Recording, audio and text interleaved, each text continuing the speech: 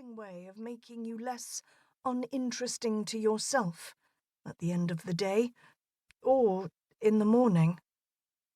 And he was moved by her generosity of spirit, felt lucky and grateful to be allowed back in, and he settled himself, spent much of his free time plotting things to make her and the boys happy.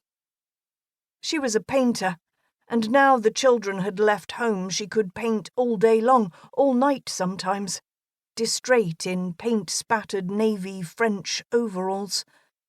Quite a good painter also, although I worried her pictures had a forced intensity, that it wasn't about anything. She had exhibitions every 3 years or so. Perhaps that's spiteful of me.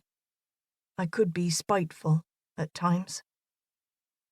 Sarah and Fran were still best friends and lived in adjacent streets. Fran worked hard at a children's publisher's. She was a self-contained, conscientious and precise person.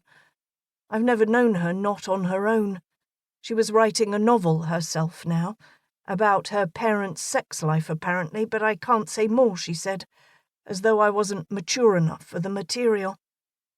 Sarah was softer, messy-looking, generous. She lived with Jeff these days. He was a bit booming and hearty for my taste, an amazing cook, although he didn't go on about it, and she had recently left teaching. She wanted a second act, she said, and she had opened a tiny shop in the corner of an antiques market, 8 foot by 8 foot, with a deadly metal spiral staircase and an even smaller upper floor. She sold old clothes there, Victorian white nighties, beaded cardigans, flower-strewn 1930s silk and crepe dresses, and lace curtains that she sometimes made up into Edwardian-style wedding attire. It was a romantic setting for her, she thought, casting a pale golden light over things compared to the grey shadows of the blackboard, which flattered no one at all. But she spent every second of her free time mending now, instead of marking, which was heroic and feminine, yes, but was it progress? I was not convinced. I was not sure what they would say about me. Tall, chestnut-haired, despairing. Would they claim in order to be brave I've had to coarsen myself?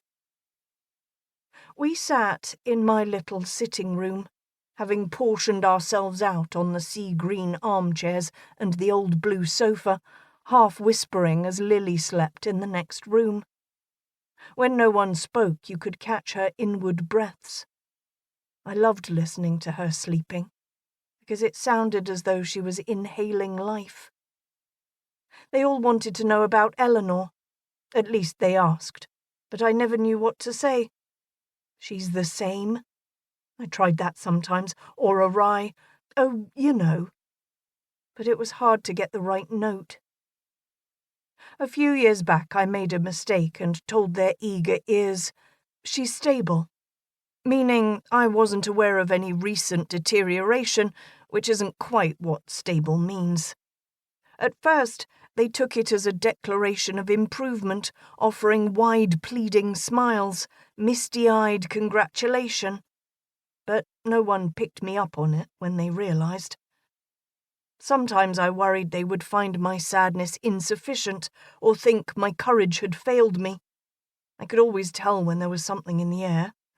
Uneasiness, judgment, an odd sort of lawless pressure that made me harden. There was an idea that having Lily compensated me in various ways for losing Eleanor. When I listened to her processing her day in comical murmurs through the baby monitor, while I sat marking at the kitchen table, there was a sort of bright perfection to the two of us.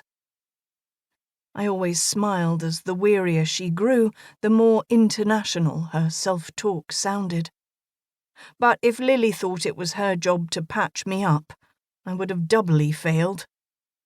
"Thank God you've got your teaching," Christine said, Sarah said, Fran. That well-known panacea. It was word for word what they'd said to me when we last...